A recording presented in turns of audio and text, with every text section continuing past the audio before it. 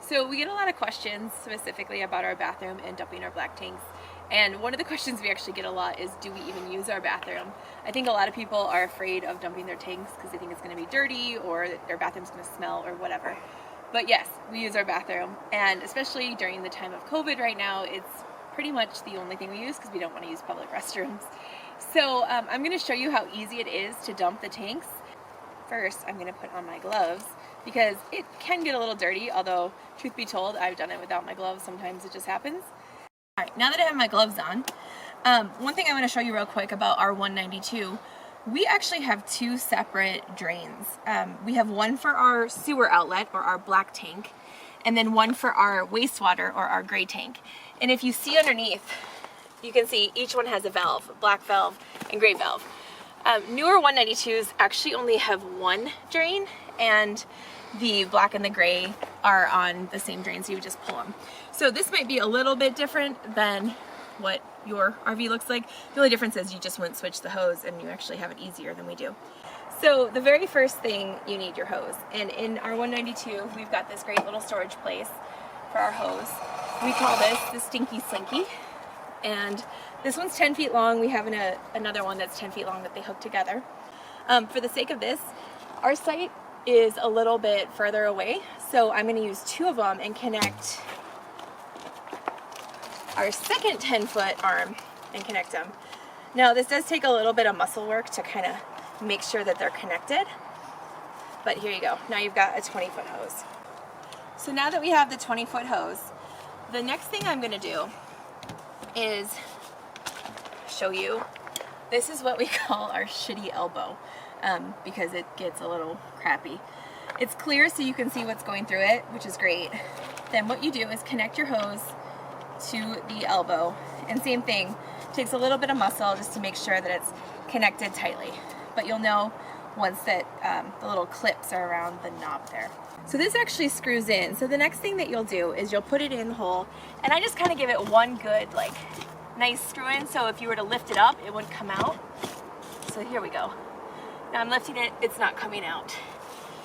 So then you take your hose, and there is a chance I probably could have done this site with just one, but using two kind of for the sake of this demo. The very first thing I'm going to do is connect to my black sewer. Now, same thing, just kind of put it on, make sure it's on tight. The reason why you do your black first is, well, there's some crud that gets in your hose, and if you do your gray next, it'll kind of wash that out of the hose. So the next thing I'm going to do is pull this black valve open, and then you can hear there's stuff coming out.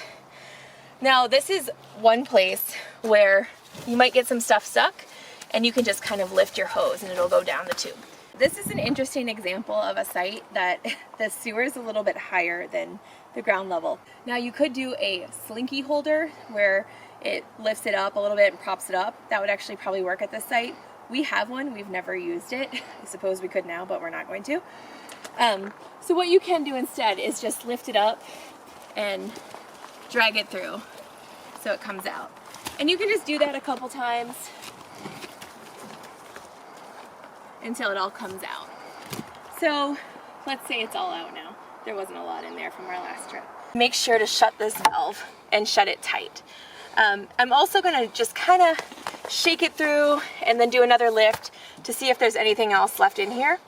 So now that I've closed the valve, and I'm pretty confident that there's nothing that's going to come out, I'm going to open the gray water, pop that off, and I'm going to switch this hose quickly and put it on this one.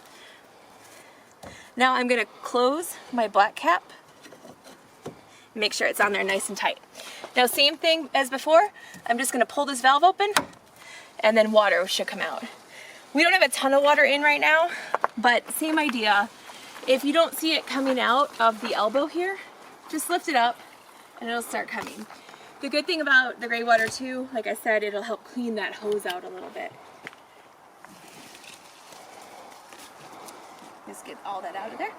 So now that I'm sure that my gray tank is empty because I've lifted this up a few times and sent the water through, I'm going to just close the valve again.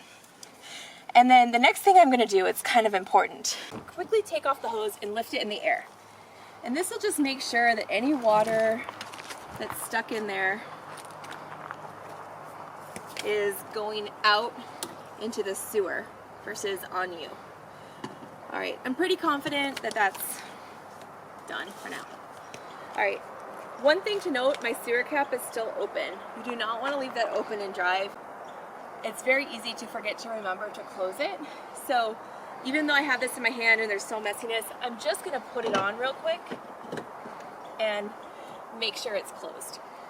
So now the next thing I'm gonna do, still kind of holding this up, because somehow there's always more water in it, I'm gonna disconnect right here. And just lift up one more time, making sure that everything's out of there, and I'll come back to that one. So this is gonna go back in my bumper. Then the next thing I'm gonna do is detach from the elbow. And again, just lift this up. Now, I'm going to put it back in the bumper. And when I'm putting it back in the bumper, I will say that sometimes a little bit more water comes out. So just do it slowly at the end here, let it drip. Push it in. And then pop the cap back on. So the last thing I still have is my elbow.